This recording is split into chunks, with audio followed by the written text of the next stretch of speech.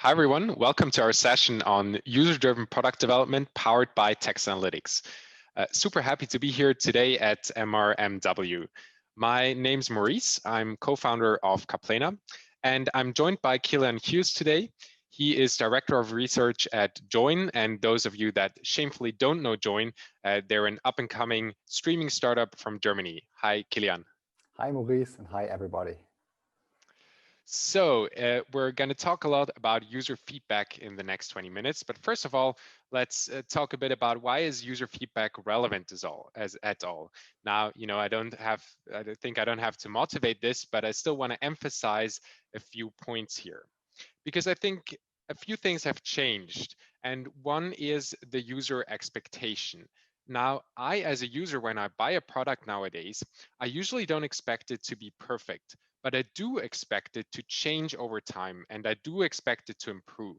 So I think, my expectation is that the company should listen to me, and I have a certain amount of patience, and if that patience is exhausted, I'm gonna dump the product. Second point that has changed probably in product development is that there is a shorter planning horizon. Now, previously, there often used to be a lot of planning ahead, and you used to do a lot of deep sessions where you would sketch out the details of the program or of the product beforehand. Now this has become more of an evolutionary process. You start with an MVP, minimal viable product, and you take it from there. You develop it on listening to what people say and dynamically following new routes. Second, why is verbatim user feedback important? There are two specific reasons for that. First of all, it's unbiased. So you don't nudge people into a specific direction by wording multiple choice questions in a specific way. You really get unbiased, direct opinion. And second of all, it's very explicit. So often you get concrete measures that people want, that people expect in order to improve your product. So it's very actionable feedback in many cases. But of course, you need to collect this in some place. So where do you get this user feedback? And there are three pillars I want to show you here. The first one is traditional surveys. Now, although there have been many new sources for feedback, this is still a very important and exceptionally important pillar for the user feedback. Second of all, and I'm going to focus a bit on the app use case here, we have the in-app feedback. So we have, for example, UserSnap or Instabug, where people can deliver their feedback from within the application. And finally, we have third-party platforms like the app stores or G2 that collect user reviews and where you can get the reviews in bulk. Now, as I mentioned, this landscape is for apps specifically, but I think the pillars exist similarly for many other industries as well. So let's take retail as an example. The in-app feedback might be called in-store feedback there. So we'd have the point of sales feedback. And third-party platforms could be something like the Google business reviews, where you comment on how you perceive businesses. So I think these pillars exist in many different industries, but now, of course, you need to collect this. And here I want to get a hands-on opinion on how to do this. So Kilian, please tell us, how do you collect feedback and how do you make it such that you drown in feedback and not starve on it? Mm-hmm. Yeah, sure. For us at Join, it's really important to focus on the user. We believe that users give you extremely valuable feedback. So besides all the typical testing we do, like UX testing, we also believe in getting user feedback from our customers directly on the website or on the app. So what you see here on the left-hand side, that's the website. It has a little feedback button on it. Whenever users want to give feedback, they just hit the button, and this dialog appears, and they can just type in what they want to write and send it to us. Screenshot is taken automatically. In the middle, that's even cooler, that's our app. When you go through the app and see something that's wrong, that's bugging you, that you want to comment on, you just have to shake the app. The dialog appears, screenshots taken automatically again from this exact position. You just type in what you want to type in and hit send. For us, it was really important to make this process as easy as possible, so we get lots of feedback. And we don't want to get like 50 feedbacks per week. We want to get like a couple of hundreds. And yeah, the good thing is that apparently by making these feedback processes as easy as they are, yeah, we get like 600 to 800 feedbacks per week. That's pretty cool, right?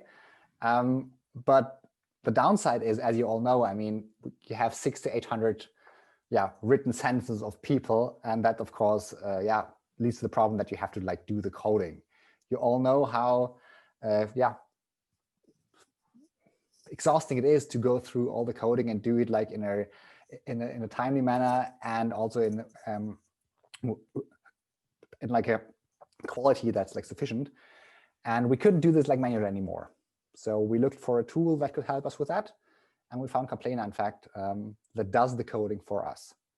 So just one example you see here, the user says, you know, your Scandinavian movies are great, but I want to have like an option to rate your movies or series. I would love if that's possible. So what then Caplena does is it takes this feedback and gives it the codes, you know, praise and feature, rating feature. Of course, the codes have to be defined by us before, but Caplena does the coding, and it helps us save lots of time and ensures a really high quality of the feedback. Thanks for that very nice introduction. Appreciate it, Kilian. And of course, also pretty impressive how much effort and thought you put into this whole process and making it as easy as possible for the user to give feedback. I think this is really an essential takeaway from today's session. But of course, we're going to go a little more onto the into the text analytics side, which is my specialty. But before focusing on the process, I want to spend a bit of time on automation in general and give you some thoughts here. Now, automation in text analytics is like walking a thin line. You have to make a compromise between quality and the degree of automation. It is definitely possible to have 100% automation, but then most definitely your quality will suffer in some kind of way. And we think there is actually a sweet spot somewhere around here where you have an 80% automation and you still get quality results that are roughly on par with what you would get with a fully manual analysis. So that's our message here. The automation is not about having a one-click solution, but it's a healthy mix of semi-automated analysis and a qualitative check by hand. I mean, you should alone have that for understanding how your users talk. You should always look at a small percentage of the verbatims yourself as well. So with that said, let's have a look at how the analytics process works in the details. We have what we call an augmented intelligence platform. I'm going to get back to that in a second again. The analysis involves 3 basic steps. First of all, the AI helps you discover topics that are present in your verbatims and that might be interesting for your analysis. But you as a researcher, as a project manager, you can then go in and refine those topics, rearrange them, rename them, add your own ones through your industry expertise and the knowledge you have about the project. Second step is then that we do the auto tagging of all the verbatims, be it 100 or 100,000, fully automatically. But again, you can go in and fine tune these verbatims, nudge the AI into the right direction. And finally, we provide some tools to tell your story. So you can create analysis, you can create charts and dashboards to share with your colleagues. Now, through these 3 steps, I hope I have shown you what we mean by an augmented intelligence platform. It's really about working together efficiently, the human and the AI. And this collaboration should make use of the strengths of both parties in the best way. So, the number crunching and repetitive part being done by the AI, and the part where you really need to spend some thought, especially 1 and more importantly 3, that is something that the human should do. Of course, there's one more step, and that's the import and export of data, because as in any modern company, you have a lot of applications that need to talk to each other. And this is actually a step that can be fully automated without losing any quality. And I want to spend a couple of minutes on how this works. So there is a trend nowadays towards software as a service. There are multiple reasons for that. You don't need any installation, you can get powerful hardware, and you have these APIs that are always up. Now, what is an API? API means application programming interface, and it's a standardized way of applications to talk to each other.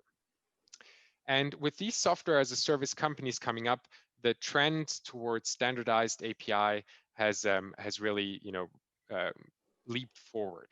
So nowadays, every modern, every well-programmed application will have an API. And there are multiple ways to now connect these kind of different applications.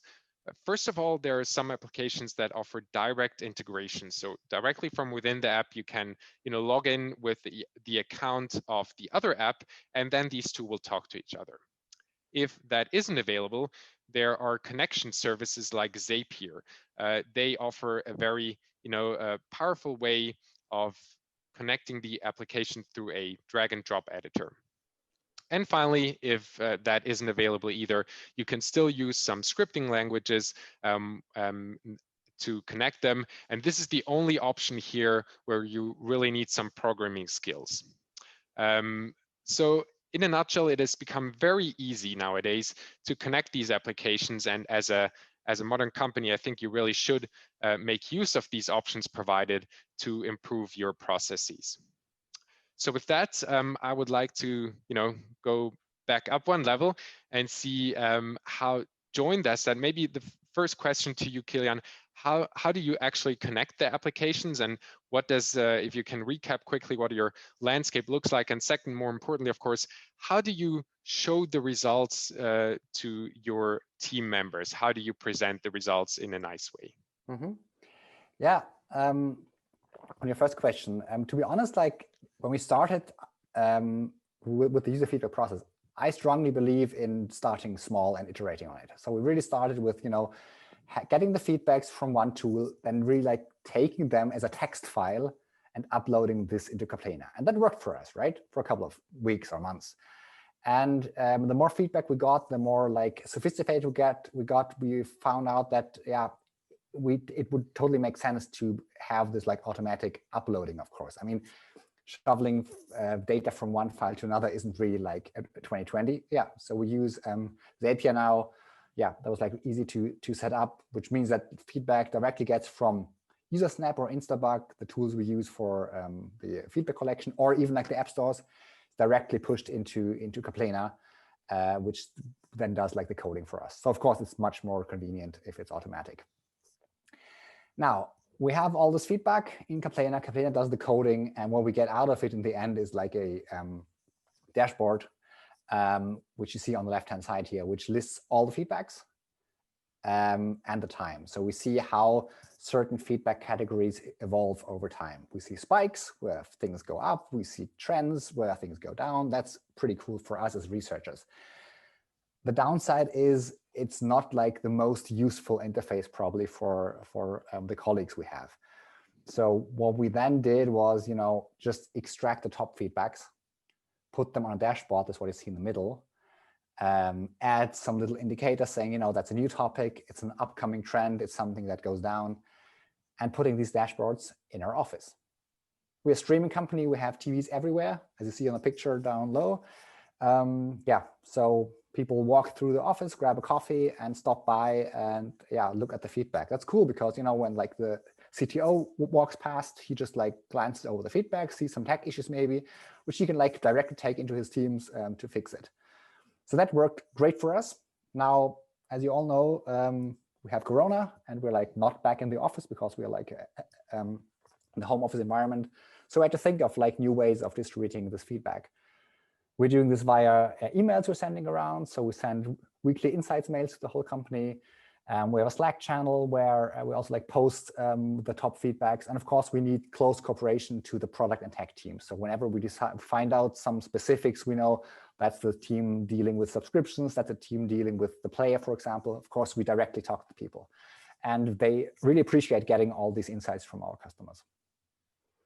Super cool. I mean, it's really, really impressive how you work on all these different channels simultaneously, and also, like the details, like you have a Slack channel here, Ask Research, and then people know where to find you, right?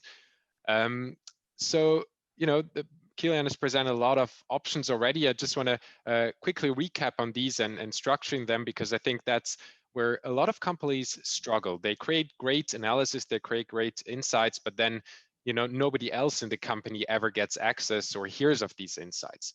So what are options here? We have on the top side, we have the push effect. And here, in this broadcasting category, we have two basic options. We have these dashboards, be they on TV displays or be they in an intranet, and we have meetings, briefings, all hands. So there, overall general results can be displayed. But we also have more targeted options. So we can send things like weekly digests, where we send emails to people or Slack messages with the newest things that have happened to really push it into their attention span.